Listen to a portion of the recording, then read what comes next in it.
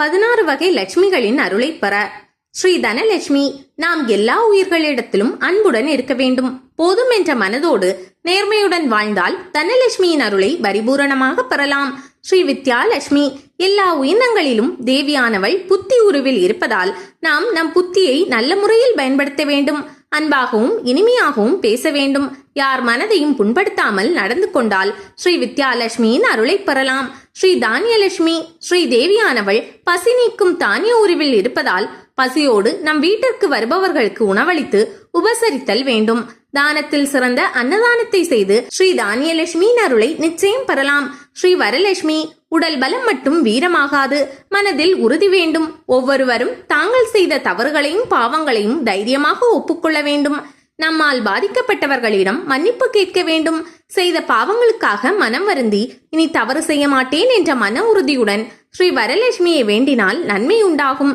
ஸ்ரீ சௌபாக்கியலட்சுமி, ஸ்ரீதேவி எங்கும் எதிலும் மகிழ்ச்சி உருவில் இருக்கிறாள். நாம் எப்பொழுதும் மகிழ்ச்சியாக இருந்து கொண்டு மற்றவர்களின் மகிழ்ச்சிக்கும் காரணமாக இருக்க வேண்டும். பிறர் மனது நோகாமல் நடந்தால் சௌபாக்கியலட்சுமியின் அருளை பெற்று மகிழலாம்.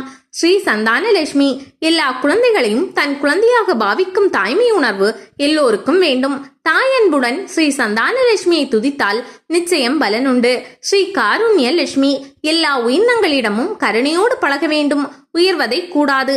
உயிர்களை அழிக்க நமக்கு உரிமை இல்லை. ஜீவகாருண்ய ஒழுக்கத்தை கடைபிடித்தால் ஸ்ரீ காருண்யலட்சுமியின் அருளை பெறலாம். ஸ்ரீ மகாலட்சுமி, நாம் நம்மால் முடிந்ததை மற்றவர்களுக்கு கொடுக்க வேண்டும் என்றுமே நம் உள்ளத்தில் உதவ வேண்டும் என்ற எண்ணம் உறுதியாக இருந்தால் நமக்கு ஒரு குறையும் வராது.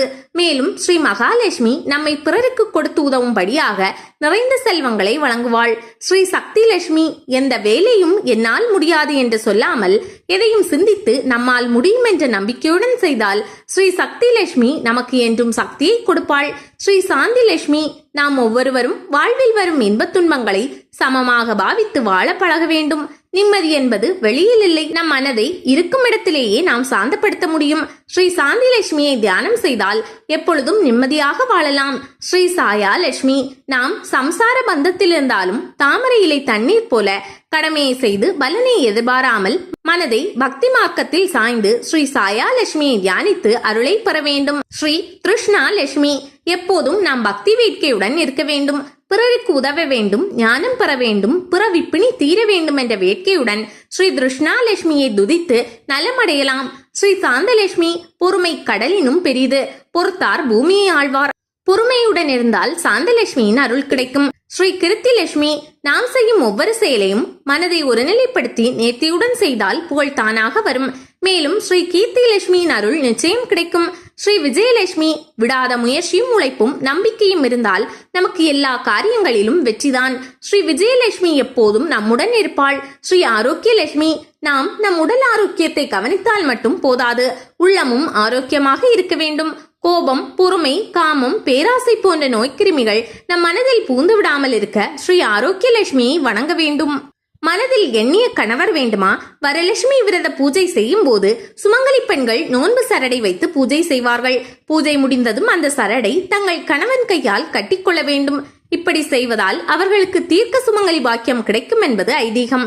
இதேபோல் இந்த பூஜையில் பங்கேற்கும் திருமணமாகாத கன்னிப்பெண்கள் நல்ல கணவர் அமைய வேண்டும் என்ற கோரிக்கையை முன்வைத்து வரலட்சுமியை வழிபடலாம்.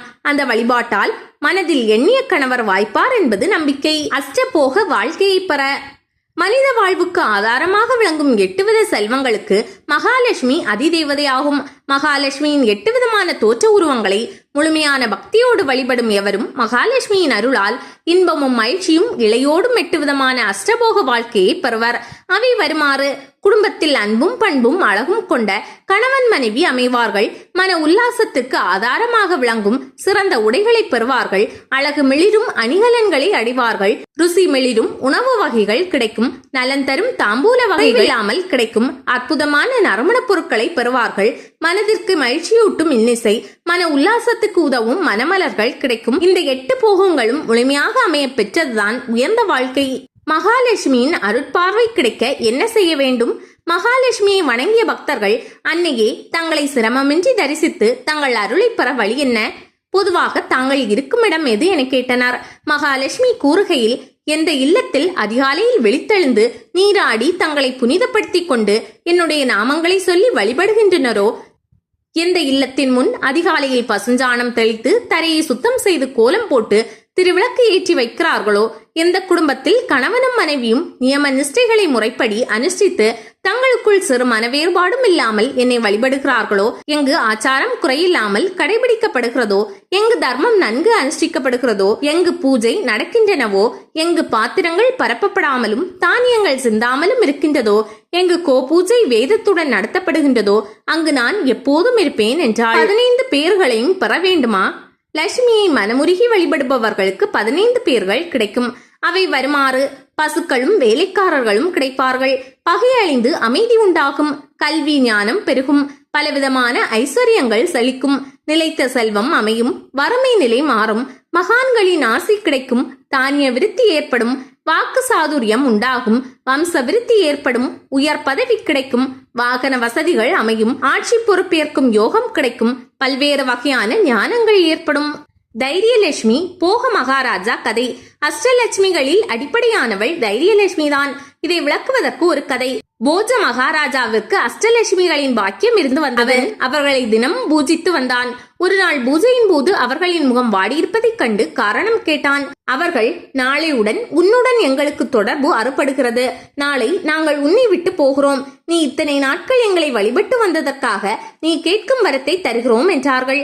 சரி, நாளை நீங்கள் போகும்போது அவ்வரத்தை கேட்கிறேன் என்று போஜன் கூறிவிட்டான். மறுநாள் வந்தது. ஒவ்வொரு லட்சுமியாக அவனிடம் விடை பெற்றுக் கொண்டார்கள். அவன் யாரிடமும் எவ்வரமும் கேட்கவில்லை.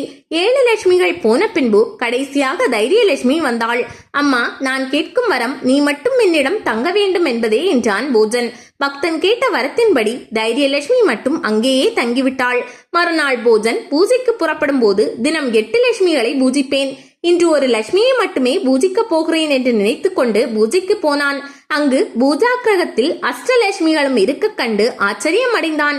நீங்கள் 7 பேரும் நேற்று போய் விட்டீர்களே, இப்போது இங்கு இருக்கிறீர்களே என்று கேட்டான் போஜன். எங்கள் தலையில் தைரியலட்சுமி எங்கு இருக்கிறாளோ அங்கு நாங்கள் 7 பேரும் இருக்க வேண்டும் என்று எழுதியிருக்கிறது. நீ தைரியலட்சுமியை உன்னுடனேயே இருத்திக் கொண்டதால் நாங்கள் மீண்டும் இங்கேயே வந்து தங்க நேர்ந்தது என்றார்கள் அந்த 7 லட்சுமிகள். சுமங்கலியாக வீட்டிற்குள் வந்த லட்சுமி குவிந்த செல்வம். ஒரு சமயம் லட்சுமி தேவி எந்த வீட்டில் வாசம் செய்யலாம் என்று பார்க்க வந்தாள். ஒரு வீட்டில் விடிந்த பின்பும் தூங்கிக் கொண்டிருந்தார்கள். இன்னொரு வீட்டில் மாடும் கன்றும் இருந்தாலும் ஒரே தூசியும் குப்பையுமாக இருந்தது. 3வது வீட்டில் ஒரே சண்டை. மனைவி தலையை விரித்து போட்டுக் கொண்டிருந்தார்கள். 4வது வீட்டில் வாசலில் கோலம் போட்டு பூஜை அறையில் விளக்கு ஏற்றி வைத்து அந்த இல்லத்தரசி ஸ்லோகங்களாக சொல்லிக் கொண்டிருந்தாள். வாசலில் நின்ற வரலட்சுமியை பார்த்து பழுத்த சுமங்கலியாக வந்திருப்பவளை கண்டு மறைந்து உள்ளே அழைத்தாள். மனையை போட்டு அமர வைத்துவிட்டு உள்ளே போய் பால் எடுத்துக்கொண்டு வெளியே வந்தால் அந்த சுமங்கலி இல்லை. பூஜை அறையில் செல்வம் மட்டும் குவிந்து கிடந்தது. அதாவது லட்சுமி தேவி எங்கும் எப்பொழுது வேண்டுமானாலும் வருவாள். லட்சுமி நிலைத்திருக்க குடும்ப தலைவிகள் கடைபிடிக்க வேண்டியவை: பிரம்மமூர்த்த நேரம் என்ற அதிகாலை நேரத்திலே படுக்கையை விட்டு எழ வேண்டும். அந்த நேரத்தில் தேவர்களும் பித்ருக்களும் நம் வீடு தேடி வருவார்கள். அப்போது நாம் உறங்கக்கூடாது. காலையில் எழுந்ததும் வீட்டுக்கதவை திறக்கும் போது மகாலட்சுமியே வருக என்று 3 முறை கூற வேண்டும். காலையில் 4:30 6 மணிக்குள் வீட்டு வாசலில் சாணம் தெளித்து அரிசி மாவினால் கோலம் போட வேண்டும். அவ்வாறு செய்வதால் மகாலட்சுமியின் அருள் கிடைக்கும். காலையிலும் மாலையிலும் இருட்டுவதற்கு முன்பாக வீட்டில் விளக்கேற்ற வேண்டும். மாலையில் விளக்கு ஏற்றியவுடன் வெளியே செல்லக்கூடாது. விளக்கு வைத்த பிறகு தலைவாறுதல், பேன் பார்த்தல், முகம் கழுவுதல் போன்றவற்றை செய்யக்கூடாது. விளக்கு வைத்த பிறகு குப்பை கூளங்களை வெளியே வீசக்கூடாது. பால், தயிர், பச்சை காய்கறிகள் ஆகியவற்றை இரவில் கடன் வாங்குதல், கடன் கொடுத்தல் கூடாது. நெற்றியில் எப்பொழுதும் குங்குமம் இருக்குமாறு பார்த்து கொள்ள வேண்டும். வீட்டிற்கு வரும் சுமங்கலிகளுக்கு குங்குமம் கொடுக்கும் முன் குடும்ப தலைவி தான் குங்குமம் இட்டுக்கொண்டு பிறகு அவர்களுக்கு கொடுக்க வேண்டும். பால் பொங்கி வழியாமல் பார்த்துக் கொள்ள வேண்டும். வெள்ளிக்கிழமை அன்று வீட்டிற்கு உப்பு வாங்குவது மற்றும் எல்லா விதமான செல்வங்களையும் கொடுக்கும். வெள்ளிக்கிழமைகளில் பணம், கடன் கொடுப்பது, அரிசி வறுப்பது, புடைப்பது ஆகியவை செய்யக்கூடாது. செவ்வாய், வெள்ளிக்கிழமைகளில் எண்ணெய் தேய்த்து குளிக்க வேண்டும். பெண்கள் சனிக்கிழமை எண்ணெய் தேய்த்து குளிக்க கூடாது. வீட்டிற்கு வரும் சுமங்கலிகளுக்கு வெற்றிலை, பாக்கு, மஞ்சள், குங்குமம், பூ ஆகியவற்றை கொடுக்க வேண்டும். ரவிக்கை துணி வைத்துக் கொடுத்தால் தட்சணையாக ₹1 நாணயம் வைத்துக் கொடுக்கவும். கோடீஸ்வரர் ஆக வேண்டுமா? விஷ்ணு சொன்ன இந்த உபதேசங்களை சொல்லுங்கள். மனிதனுக்கு முக்கிய தேவை பணம். ஆனால் ஒரு சிலரிடமே பணம் தங்குகிறது. பணத்தையும் பதவியையும் இழந்து மனிதர்கள் மட்டுமல்ல, தேவர்கள் கூட சிரமப்பட்டிருக்கிறார்கள். இந்திரன் தனது தகாத செயலால் பதவியை இழந்து அலைந்திருக்கிறார். மீண்டும் பதவியை பெற பால்கடலில் பூஜை நடத்தினார். அப்போது விஷ்ணு சில உபதேசங்களை சொன்னார். இந்த உபதேசத்தை நாமும் நமது வீட்டில் பூஜை அறையில் அமர்ந்து சொன்னால் செல்வ வளம் பெருகும் என்பது நம்பிக்கை. நம்மால் முடிந்த அளவிற்கு லட்சுமிக்கு நிவேதனங்கள் படித்து இதை சொல்ல வேண்டும். அந்த உபதேச பிரார்த்தனை வருமாறு: 1000 இதழ்களை கொண்ட தாமரை பூவில் வசிப்பவளே, 1000 நிலாக்களின் பிரகாசத்தை போன்ற முகத்தை பெற்றவளே, இனிமை தருபவர் உள்ளத்திற்கு உற்சாகத்தை அளிப்பவளே, தங்கத்தை போல் மின்னுபவளே, ஒளி பொருந்திய ஆடையை அணிந்திருப்பவளே, பல வகை ஆபரணங்களால் ஒளி வீசும் தெய்வீகத்தன்மை கொண்ட தாயே, மலர் முகம் கொண்டவளே, மந்தகாச புன்னகையை உடையவளே, என்றும் குறையாத இளமையை கொண்டவளே, உன்னை வணங்குவோருக்கு சகல செல்வங்களையும் அள்ளித் தருபவளே, மகாலட்சுமியே, உன்னை வணங்குகிறேன். சகல உலகங்களிலும் உள்ளவர்களால் போற்றப்படும் தாயே, உலக உயிர்களுக்கு மகிழ்ச்சியை தருபவளே, ரத்தினங்களாலும் தங்கத்தாலும் அலங்கரிக்கப்பட்டு விஸ்வகர்மாவால் செய்யப்பட்ட அழகிய சிம்மாசனம் அமர்ந்திருப்பவளே, தாமரையில் வசிப்பவளே, உனக்கு தூய்மையான கங்கை நீரை அர்ப்பணம் செய்கிறேன். மிகவும் புனிதமானதும் பாவங்களை அழிக்கக்கூடியதுமான அக்னியை போன்றது இந்த கங்கை நீர். இந்த நீரை நீ ஏற்றுக்கொள்ள வேண்டும். பூக்கள், சந்தனம் ஆகியவற்றுடன் கூடிய கங்கையின் புனித நீரை சங்கால் அபிஷேகம் செய்கிறேன். இதை நீ ஏற்றுக்கொள்வாயாக. அன்பிற்குரிய ஹரிக்கு மனைவியானவளே, உனது தேகத்தின் அழகை கூட்ட நறுமண தைலத்தையும் நறுமண திரவியங்களையும் கொண்ட இந்த கங்கை நீரை அர்ப்பணிக்கிறேன். பரந்தாமனின் அன்பிற்குரிய செல்வமே, உனக்கு நறுமண திரவியங்கள் சேர்க்கப்பட்ட இந்த சாம்பிராணியை தருகிறேன், ஏற்றுக்கொள். பொதிகை மலையில் விளையும் சந்தனத்தை உனக்கு அர்ப்பணம் செய்கிறேன், ஏற்றுக்கொள்வாயாக. அழகிய வடிவம் கொண்டதும் ஒளி பரப்புவதும் சகல உயிர்களுக்கும் கண் போன்றதுமான இந்த தீபத்தை உனக்கு அர்ப்பணிக்கிறேன், ஏற்றுக்கொள்வாயாக. அறுசுவை நிரம்பியதும் உடலுக்கு நல்லதுமான இந்த நைவேத்தியத்தையும் அளிக்கிறேன், இதையும் ஏற்றுக்கொள். இவ்வாறு கூறி வணங்க வேண்டும். ஒவ்வொரு பிரார்த்தனையை சொல்லும் போதும் அந்தந்த பொருட்களை அம்பாளிடம் ஒப்படைக்க வேண்டும். வசதி இல்லாதவர்கள் தீபமேற்றி வழிபட்டாலே போதுமானது. அதே நேரம் மானசீகமாக இந்த பொருட்களை எல்லாம் அம்பாளுக்கு அர்ப்பணிப்பதாக கருதி இந்த உபதேசத்தை சொன்னால் நீங்கள் பணம் குவிக்கும் வகையில் லட்சுமி தேவி செல்வத்தை அள்ளித் தருவாள். ஸ்ரீலட்சுமி முக்கிய தகவல்கள்: மகாலட்சுமி தாமரை பூவில் வாசம் செய்பவள், சித்தி, புத்தி, போகம், முக்தி தருபவள். மகாலட்சுமிக்கு ஈஸ்வரி, ஹரண்மயி, ஹரிணி, சூர்யா, பிங்களா, புஷ்கரணி, சந்திரா என்ற பெயர்களும் உண்டு. அவளுக்கு பிரியமான பூ செவ்வந்தி எனப்படும் சாமந்தி பூ. நெல்லி மரத்தில் மகாலட்சுமி வாசம் செய்வதால் துவாதசி என்று நெல்லிக்கனியை உணவில் சேர்த்துக் கொண்டால் ஏகாதசி விரதத்தின் பலன் கிடைக்கும். ஆதிசங்கரருக்கு துவாதசி என்று நெல்லிக்கனி தானம் செய்த பெண்மணிக்கு அவர் கனகதாரா ஸ்தோத்திரம் பாடி பெரும் செல்வம் கிடைக்க செய்தார். மகாலட்சுமி வில்வ மரத்தில் இருப்பதால் அதை மாதப்பிறப்பு, அமாவாசை, பௌர்ணமி, சதுர்த்தி, அஷ்டமி, நவமி, திங்கட்கிழமை ஆகிய நாட்களில் வில்வத்தை மரத்திலிருந்து பறிக்கக்கூடாது. பசுவின் பின்புறத்தில் மகாலட்சுமி வாசம் செய்கிறாள்.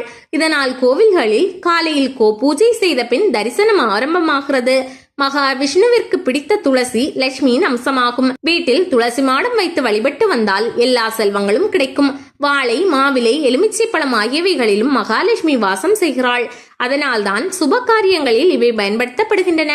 தலைமுடியின் முன்வயிற்றில் மகாலட்சுமி வாசம் செய்வதால் திருமணமான பெண்கள் முன்வயிற்றில் குங்குமமிட்டுக் கொள்கின்றனர்.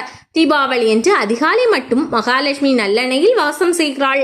யானையின் முகத்திலும் குதிரையின் முகத்திலும் லட்சுமி வாசம் செய்கிறாள். ஸ்ரீ வைஷ்ணவத்தை நிலைநாட்டிய வேதாந்த தேசிகர் ஸ்ரீ ஸ்துதி என்னும் சோஸ்திரத்தில் ஸ்ரீ மகாலட்சுமியை மங்களத்துக்கெல்லாம் மங்களமானவள் என்று புகழ்ந்து பாடுகிறார். ஒரு பக்தனுக்கு பகவானின் அனுக்கிரகம் வேண்டுமென்றால் புருஷகார பூதையான மகாலட்சுமியை முதலில் சரணடைய வேண்டும். நம்மாழ்வார் அகலகில்லேன் கிரையும் என்று அலர்மேல் மங்கை உரை மார்பாய் என்ற கணப்பொழுது கூட பிரியாது மகாவிஷ்ணுவுடன் கூடியிருக்கும் மகாலட்சுமியை சரணடைவதே உயர்ந்தது என்று கூறியுள்ளார். திருமழிசை ஆழ்வாருக்கு குழந்தை பருவத்தில் ஞானப்பால் ஊட்டியது மகாலட்சுமியே. குபேரனிடம் செல்வம் இருந்தாலும் அத்துடன் புகழ், ஆரோக்கியம், நல்வாழ்வு போன்ற பல செல்வங்களை உரியவர்களுக்கு வாரி வழங்குபவள் ஸ்ரீ மகாலட்சுமியே. மகாவிஷ்ணுவிடம் இருக்கும் பொழுது லட்சுமிக்கு 2 கரங்கள். ஆனால் தனியாக சன்னதியிலோ அல்லது தனி கோவிலிலோ 4 கரங்கள் கொண்டவள். முன்னிரு கரங்கள் அபயவரத ஹஸ்தங்கள், பின் 2 கரங்களில் தாமரை மலர் ஏந்தியிருப்பாள். வீரமுடையவர்கள், சோம்பல் இல்லாமல் சுறுசுறுப்பாக இருப்பவர்கள், தவமுடையவர்கள், ஈகை குணம் கொண்டவர்கள், செல்வத்தை நன்கு அனுபவிப்பவர்கள் ஆகியவர்களை நான் அடைகிறேன் என்கிறாள் மகாலட்சுமி. மகாலட்சுமி ஓரிடத்தில் நிலைக்க மாட்டாள். அதனால் சஞ்சலா, சபலா என்ற பெயர்கள் அவளுக்கு உண்டு. லட்சுமியின் அம்சமான துளசி தேவி. துளசி தெய்வ அம்சம் கொண்டது என்பது எல்லோருக்கும் தெரியும். துளசியை துளசி, திருத்துழாய் என்றும் சொல்வார்கள். இந்த சொற்களுக்கு தெய்வீக சக்தி என்பதே பொருளாகும். துளசியில் கருந்துளசி என்னும் கிருஷ்ண துளசி, வெள்ளை துளசி, காட்டு துளசி என பல ரகங்கள் உள்ளன. பார்க்கடலில் அமுதம் கடைந்த காலத்தில் விஷ்ணுவின் அம்சமான ஸ்ரீ தன்வந்திரி பகவான் அமுத கலசத்துடன் வெளிப்பட்டார். அப்போது ஏற்பட்ட ஆனந்த மிகுதியால் விஷ்ணுவுக்கு ஆனந்த கண்ணீர் வெளிப்பட்டு அதில் சில துளிகள் அமுத கலசத்தினுள் விழுந்தது. அதுவே மரகத பச்சை நிறத்தில் ஸ்ரீ துளசி தேவியாக உருவெடுத்தது என்று சொல்வார்கள். அமுதத்தை பங்கிட்டுக் கொள்ள தேவர்களும் அசுரர்களும் சண்டையிட்ட போது அந்த அமுத கலசத்திலிருந்து மேலும் சில துளிகள் பூமியில் விழ அவையே பூமியெங்கும் துளசி செடிகளாக உற்பத்தியாயின என்று பத்ம புராணத்தில் கூறப்பட்டுள்ளது. துளசி தேவி பகவானிடம் பெற்ற வரத்தின்படியே வீட்டில் துளசி மாடம் வைத்து அதற்கு பூஜை செய்பவர்களுக்கும் துளசி பறித்து அதன் திவ்ய தலங்களால் விஷ்ணுவை, லட்சுமியை அர்ச்சிப்பவர்களுக்கும் இருவரும் சகல சௌபாக்கியங்களையும் தந்து நிறைவில் விஷ்ணு லோகத்திலும் இடம் தந்து அருள்கிறார்கள். நம்மை பெற்றெடுத்து வளர்த்து பேணிக்காத்த நம் தாயாரை மதித்து காப்பாற்றி அவள் அருளாசிகளை பெறுவதும், தந்தையை பக்தி சிரத்தையுடன் உபசரித்து ஆசி பெறுவதும், துளசி செடி வைத்து அதற்கு பூஜித்து சேவைகள் புரிவதும் இம்மூன்றும் மனிதருக்கு உத்தம கதியை தரவல்ல சேவைகள் என மகான்கள் கூறியுள்ளனர். லட்சுமிக்கு பிரியமான இலை எது தெரியுமா? லட்சுமிக்கு மிகவும் பிடித்தமான இலை வில்வம் என்பது பலருக்கும் தெரியாது. திருவகிந்திர புராணத்தில் தாயாருக்கு வில்வார்ச்சனையே செய்யப்படுகிறது. வில்வ மரத்தில் லட்சுமி வாசம் செய்கிறாள் என்று சொல்லப்படுகிறது. சௌபாக்கிய சஞ்சீவினியில் லட்சுமி வில்வக்காட்டில் மரத்தடியில் தவம் செய்பவளாக வர்ணிக்கப்பட்டுள்ளது. வாமன புராணத்தில் லட்சுமியின் கைகளிலிருந்தே வில்வம் தோன்றியதென்று காத்யாயனர் கூறுகிறார். காளிகா புராணத்தில் லட்சுமி வில்வ மரங்கள் அடங்கிய காட்டிலேயே தவம் செய்தாள் என்று குறிப்பிடுகிறது. தூய தலைவன் அமலன் விஷ்ணு. லட்சுமி நெல்லி மரத்திலும் வாசம் செய்கிறாள். அந்த நெல்லி அருநெல்லி மரமல்ல, சாதாரண பெருநெல்லி மரமே ஆகும். நெல்லிக்கனியை ஆமலகம் என்றும் கூறுவார்கள். நெல்லியை அரைத்து தேய்த்து குளித்தால் உடம்பின் அழுக்குகளையும், நெல்லிக்கனியை சாப்பிட்டால் நம் உடம்புக்குள் உள்ள அழுக்குகளையும் நீக்கும். அதனாலேயே அப்பழுக்கற்ற தூய தலைவன் விஷ்ணுவுக்கு அமலன் என்ற பெயர் உண்டு. அது மட்டுமல்ல, தாத்ரி பலம் என்பதும் நெல்லிதான். தாத்ரி என்ற பதம் பூமாதேவியை குறிக்கும். ஆம், பூமாதேவியும் தேவியின் அம்சம்தானே. ஹரிபலம் என்றாலும் நெல்லிக்கனிதான். இது விஷ்ணுவை குறிக்கும் பெயராகும். எனவே பல இடங்களில் விஷ்ணு பக்தர்கள் நெல்லி மரத்தை மகாலட்சுமியாகவே எண்ணி வழிபடுகிறார்கள். நெல்லி மரத்தின் நிழலில் நின்று தானம் செய்வதும் அன்னமளிப்பதும் மிகுந்த சிறப்பு மிக்கது, அதிக பலன்களை தரக்கூடியது. நெல்லி இலைகளால் விஷ்ணுவை மகாலட்சுமியும் அர்ச்சனை செய்து வழிபட்டால் புண்ணியம் கிடைக்கும். வீடுகளில் லட்சுமி கடாட்சம் நிறைந்திருக்க அதிகாலையில் எழுந்ததும் வீட்டின் பின்பக்க வாசலை திறந்து வைத்து அதன் பின் தலைவாசலை திறக்க வேண்டும். செவ்வாய் வெள்ளிக்கிழமைகளில் 5 முகம் கொண்ட குத்துவிளக்கை ஏற்றி வழிபட வேண்டும். வீட்டிற்கு வரும் சுமங்கலி பெண்களுக்கு மஞ்சள், குங்குமம், தண்ணீர் கொடுக்க வேண்டும். மஞ்சள் கிழங்கு கொடுப்பதால் பல ஜென்மங்களில் செய்த பாவம் விலகி பாக்கியங்களும் பொருளும் சந்தோஷமும் பெருகும். பௌர்ணமி தோறும் மாலையில் குளித்து சத்யநாராயணரை துளசி, செண்பக மலர்களால் அர்ச்சனை செய்து பால், பாயாசம், கற்கண்டு பல வகைகள் வைத்து வணங்கிய பின்னரே இரவு உணவு உட்கொள்ள வேண்டும். வைரம், வெள்ளி பாத்திரங்கள் லட்சுமி கடாட்சம் உள்ளவர்களுக்கே கிடைக்கும். ஒருவர் தனக்கு சீராக அளிக்கப்பட்ட வெள்ளி பாத்திரங்களை தன் காலத்தில் விற்கவோ தன் பிள்ளைகளுக்கு கூட அன்பளிப்பாக கொடுக்க கூடாது. தன் காலத்திற்கு பின்னரே அவர்களுக்கு சேர வேண்டும். லட்சுமி விரதம் தகவல்கள். லட்சுமி பூஜை செய்யும் போது நம் வீட்டிற்கு வரும் விருந்தினர்களை நாம் எப்படி உற்சாகமாக வரவேற்போமோ அதே மாதிரி வாசலில் நின்று லட்சுமியை பாவனை செய்து அழைக்க வேண்டும். லட்சுமி விரத பூஜை நடத்தப்படும் வீடுகளில் மகாலட்சுமி வாசம் செய்வாள். லட்சுமி வழிபாட்டால் நீண்ட ஆயுள், புகழ், செல்வம், உடல் நலம் உண்டாகும். வரலட்சுமி விரத பூஜை செய்தால் உடனடியாக திருமண யோகம் கைகூடும். 8 வித செல்வங்களை தருவதுடன் தாலி பாக்கியத்தையும் வரலட்சுமி வழங்குகிறாள். இதனால்தான் மணமான பெண்கள் இத்தினத்தில் மகாலட்சுமியை போற்ற இவ்விரதத்தை மேற்கொள்கின்றனர். காலையில் உபவாசத்துடன் பூஜை அறையை கோலமிட்டு அலங்காரம் செய்ய வேண்டும். கலசத்தில் லட்சுமியை ஆவாகனம் செய்து நிவேதனங்கள் படைத்து வழிபட வேண்டும். மகாலட்சுமிக்கு உகந்தது நெய் விளக்காகும். சகலவித செல்வத்தையும் வீட்டில் நலனையும் தருவது நெய்விளக்கு வழிபாடுதான். எனவே இதை மறக்கக்கூடாது. பூஜை செய்யும் போது மகாலட்சுமிக்குரிய பாராயண பாடல்களை பாடி தியானிக்கலாம். வரலட்சுமி நோன்பை கடைபிடித்தவர்கள் பெரும் பயனை அடைந்தார்கள் என்று பத்ம புராணம் கூறுகிறது. இது ஒரு மங்களகரமான விரதம், மனதுக்கு நிம்மதி தரும் விரதம், இம்மையும் மறுமையும் தரும் இனிய விரதம். தீர்க்க சுமங்கலி வரம் பெற வரலட்சுமி விரதம் கடைபிடியுங்கள். விஷ்ணுவின் தேவியான லட்சுமி தேவியை குறித்து செய்யப்படுவதே வரலட்சுமி விரதமாகும். விஷ்ணு என்பதற்கு எங்கும் வியாபித்திருப்பவர் என்று பொருள். லட்சமம் என்றால் குறிப்பு அல்லது அடையாளம் என்று பொருள். விஷ்ணு பகவான் தான் எங்கும் நிறைந்துள்ளதை விளக்க உலகில் உள்ள அழகுகள் அனைத்தையும் ஒன்றாக்கி அமைத்துள்ள அடையாளமே லட்சுமி ஆகும். தீர்க்க சுமங்கலியாக வாழ பெண்கள் வரலட்சுமி விரதம் கடைபிடிக்க வேண்டும். லட்சுமி தேவி பார்க்கடலில் தோன்றினாள். இவள் விஷ்ணுவை மணந்து அவர் பூமியில் அவதாரம் எடுத்த நாட்களில் அவரோடு சேர்ந்து பிறந்தாள். ராமாவதாரத்தில் சீதையாக பிறந்து அவருடன் கானகத்தில் கஷ்டப்பட்டாள். தன் கற்பின் தன்மையை நிரூபிக்க தீ குளித்து கணவரின் மனம் கோணாமல் அவரது நல்வாழ்வை பெரிதென கருதி நடந்தாள். இது போலவே பெண்கள் அனைவரும் தங்கள் கணவருக்கு மரியாதை செலுத்தும் வகையிலும் தீர்க்க சுமங்கலிகளாக வாழும் விதத்திலும் வரலட்சுமி விரதத்தை அனுஷ்டிக்கின்றனர். பெண்களுக்கு ஒரு கஷ்டம் என்றால் ஓடி வருவாள் லட்சுமி தேவி. மகாலட்சுமியை தனலட்சுமி, தானியலட்சுமி, தைரியலட்சுமி, ஜெயலட்சுமி, வீரலட்சுமி, சந்தானலட்சுமி, கஜலட்சுமி, வித்யாலட்சுமி என 8 அஷ்டலட்சுமிகளாக பிரித்துள்ளனர். 8 வகை செல்வங்களை வாரி வழங்குபவள் அவள். லட்சுமி தேவி பொறுமை மிக்கவள். அவள் அனைவருக்கும் நன்மையே செய்வாள் என அதர்வண வேதத்தில் கூறப்பட்டுள்ளது. குறிப்பாக பெண்களுக்கு ஒரு கஷ்டம் என்றால் அவளால் பொறுத்து கொள்ள முடியாது. அவள் நித்திய சுமங்கலி, மஞ்சள் பட்டு உடுத்தி காட்சி தருபவள், கணவரான திருமாலின் மார்பில் குடியிருப்பவள். பெண்களுக்கே உரித்தான் கருணை உள்ளம், அழகு, வெட்கம், அன்பு, புத்தி ஆகியவற்றிற்கு அதிபதியும் அவளே. வரலட்சுமி விரதம் இருப்பதால் பல பலன்கள் ஏற்படும். ஆடி மாத பௌர்ணமிக்கு முன் வரும் வெள்ளிக்கிழமையில் வரலட்சுமி விரதம் கடைபிடிக்கப்படுகிறது. இந்த ஆண்டு ஆகஸ்ட் 16ஆம் தேதி வரலட்சுமி விரதம் தினமாகும். சுமங்கலிகள் அனுஷ்டிக்க வேண்டிய சிறப்பான விரதம் இது. இதை செய்வதன் மூலம் சுமங்கலித்துவம் வளரும், குடும்ப நலன் பெருகும். கன்னி பெண்கள் இவ்விரதத்தை மேற்கொள்வதன் மூலம் சிறப்பான குடும்ப வாழ்க்கை அமையப்பெறுவார்கள். கணவனை கடவுளை போல் பாவித்த சாருமதிக்காக தோன்றிய வரலட்சுமி. மகத நாட்டை சேர்ந்த தெய்வ பக்தி நிறைந்த பெண் சாருமதி. இவள் தனது கணவன், மாமனார், மாமியார் ஆகியோரை சாதாரண மனிதர்கள் போல் கருதாமல் இறைவனே அவர்களது வடிவில் எழுந்தருளி இருப்பதாக கருதி அவர்களுக்கு பணிவிடை செய்து வந்தாள். அவளது மனப்பான்மை மகாலட்சுமிக்கு மகிழ்ச்சியை தந்தது. மகாலட்சுமி சாருமதியின் கனவில் வரலட்சுமியாக தோன்றி அருள் புரிந்தாள். என்னை துதித்து வரலட்சுமி விரதம் மேற்கொள்பவர்களது இல்லத்தில் நான் வசிப்பேன் என்று அப்போது சாருமதிக்கு அருளிய வரலட்சுமி அந்த விரத முறையை கூறி மற்றவர்களுக்கு எடுத்துரைக்குமாறும் கேட்டுக்கொண்டாள்.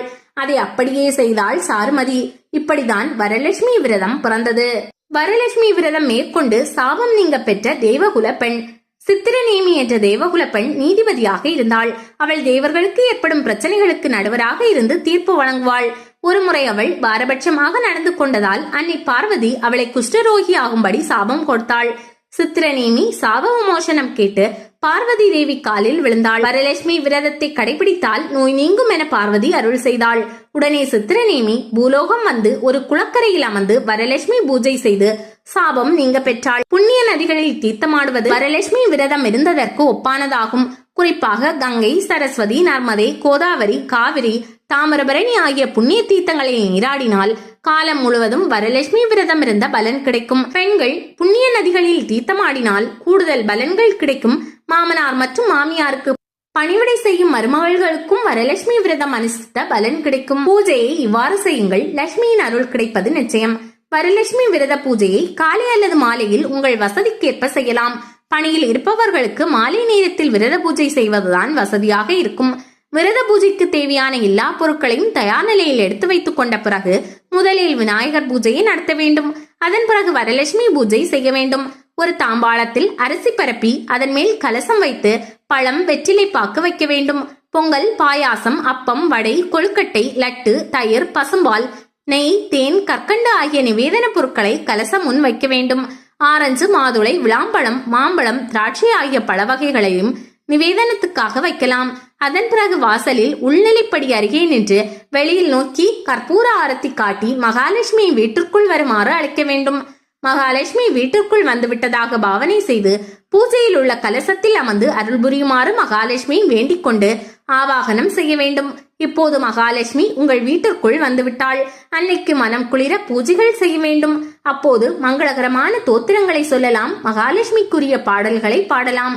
இதையடுத்து நோன்பு கயிறை கும்பத்தை சாற்றி பூக்களால் அர்ச்சிக்க வேண்டும். லட்சுமியின் 108 போற்றி மற்றும் லட்சுமி அஷ்டோத்திரம் சொல்லலாம்.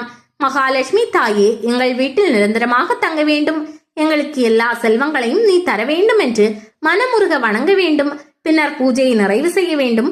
குடும்பத்தில் உள்ள மூத்த சுமங்கலி பெண்களுக்கு முதலில் பிரசாதம் கொடுக்க வேண்டும். இளம் பெண்கள் அவரிடம் ஆசை பெற்றுக் கொள்ள வேண்டும். இப்படி வரலட்சுமி விரத பூஜையை நிறை தவறாமல் செய்தால் மகாலட்சுமியின் பரிபூரண அருள் உங்களுக்கு நிச்சயம் கிடைக்கும். லட்சுமி பூஜை முறை ஈடுபாட்டோடு செய்யுங்கள். திருமணமான பெண்கள் தங்கள் திருமணத்தை அடுத்து வரும் வரலட்சுமி பூஜையிலிருந்து இதை ஒவ்வொரு வருடமும் செய்ய வேண்டும். வரலட்சுமி விரதத்தின் போது வீட்டுக்கு விலக்காக இருந்தால் அடுத்து வரும் வாரத்தில் இந்த பூஜையை செய்யலாம். இதை செய்யும் போது சிறு பெண்களும் உடனிருந்து சரடை கட்டி கொள்ளலாம். மறுநாள் அம்மனுக்கு ஆரத்தி எடுத்த பின்னர் கலசத்தை அரிசி வைத்திருக்கும் பானையில் வைக்க வேண்டும்.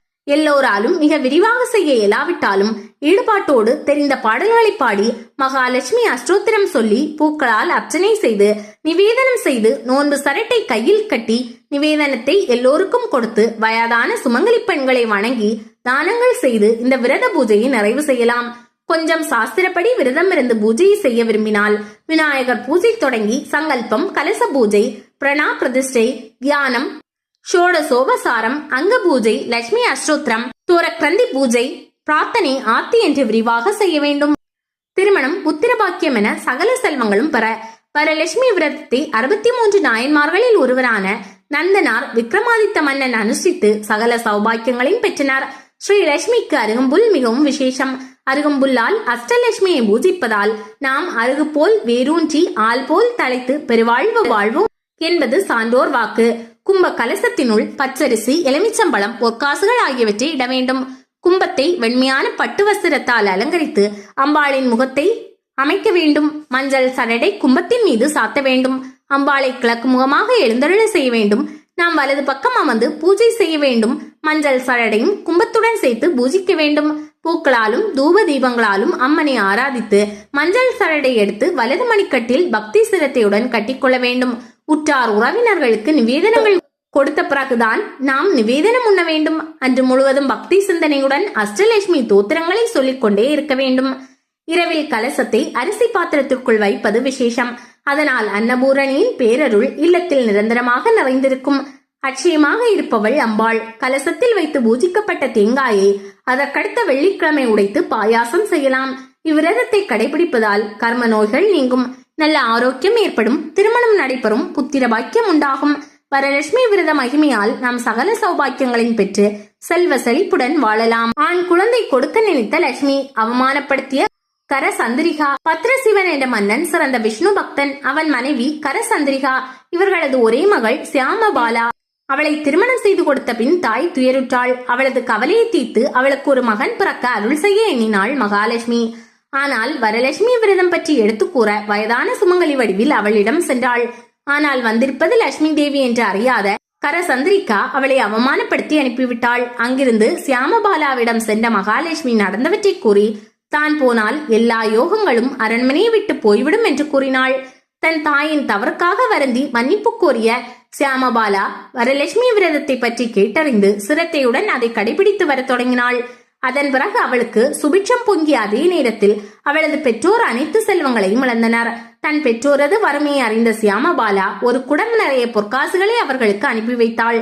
அக்குடத்தில் கரசந்திரிகா கை வைத்ததும் பொற்காசுகள் கரியாகிவிட்டன. இதை அறிந்த மகள் அந்த ஆண்டு தன் தாயுடன் வரலட்சுமி விரதம் மேற்கொண்டாள்.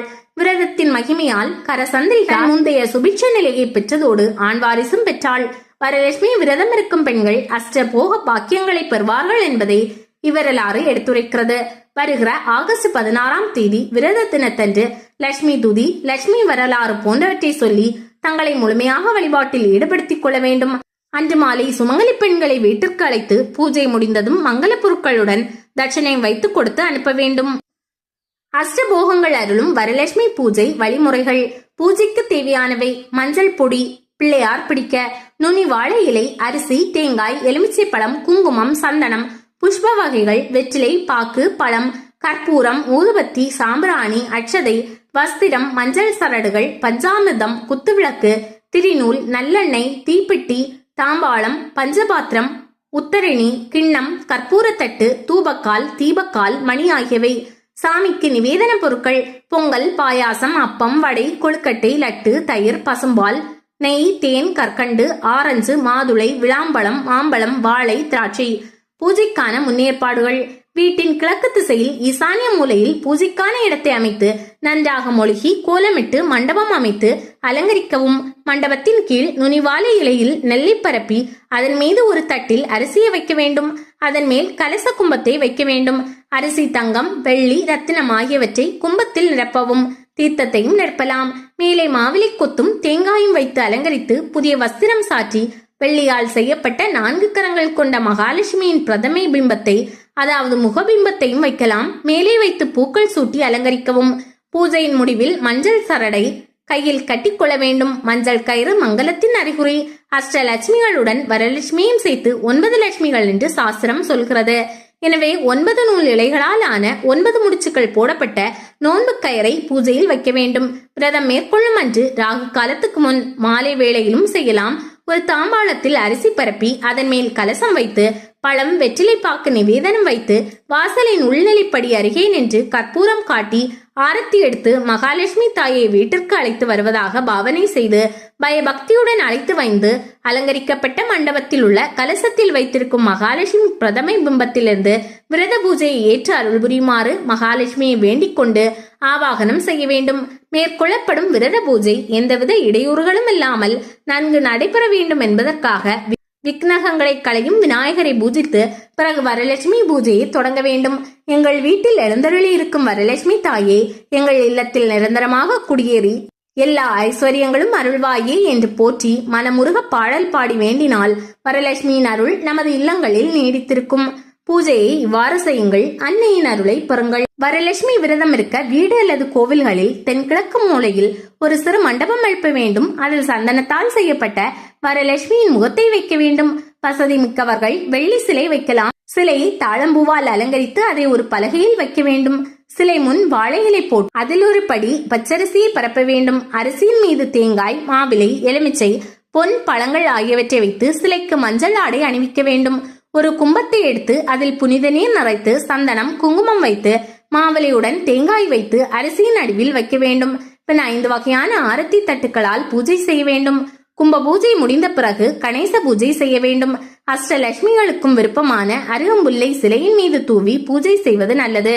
பூஜையின் போது அஷ்டலட்சுமி ஸ்தோத்திரம், கனகதாரா ஸ்தோத்திரம், மகாலட்சுமி ஸ்தோத்திரம் ஆகியவற்றை படிக்கலாம். வீட்டிற்கு வந்திருக்கும் பெண்களுக்கு தேங்காய், மஞ்சள் கயிறு, குங்குமம் கொடுக்க வேண்டும். நைவேத்தியமாக கொழுக்கட்டை படைக்கலாம். பின் கலசத்தை அரிசி பானையில் வைத்து விட வேண்டும். இதனால் அன்னபூரணியின் அருள் கிடைக்கும் என்பது நம்பிக்கை. சந்தனத்தில் செய்யப்பட்ட லட்சுமி வடிவங்களை மறுநாள் நீர்நிலையில் கரைத்து விட வேண்டும். இந்த விரதம் இருப்பதால் மாங்கல்ய பாக்கியம் நிலைக்கும், செல்வ வளம் சேரும், மங்கள வாழ்க்கை அமையும். கன்னி பெண்களுக்கு திருமணம் நிச்சயமாகும். சுமங்கலி பெண்கள் இந்த விரதத்தின் போது தாலி கயிற்றை வைத்து பூஜை செய்து அதனை அணிந்து கொள்வார்கள். இதனால் அவர்கள் தீர்க்க சுமங்கலியாக இருப்பார்கள். இந்த வரலட்சுமி விரதத்தை கடைபிடிக்கும் குடும்பத்தில் உள்ள குழந்தைகளுக்கு உயர்ந்த ஞானம் உண்டாகும். சுமங்கலி பெண்களுக்கு மங்கள வாழ்க்கை அமையும். மாங்கல்ய பாக்கியம் நிலைத்து நீடிக்கும். குடும்பத்திற்கு 8 வித செல்வங்கள் கிடைக்கும். இந்த விரதம் இருப்பவர்களுக்கு விரும்பிய நலன்கள் எல்லாம் கிடைக்கும்.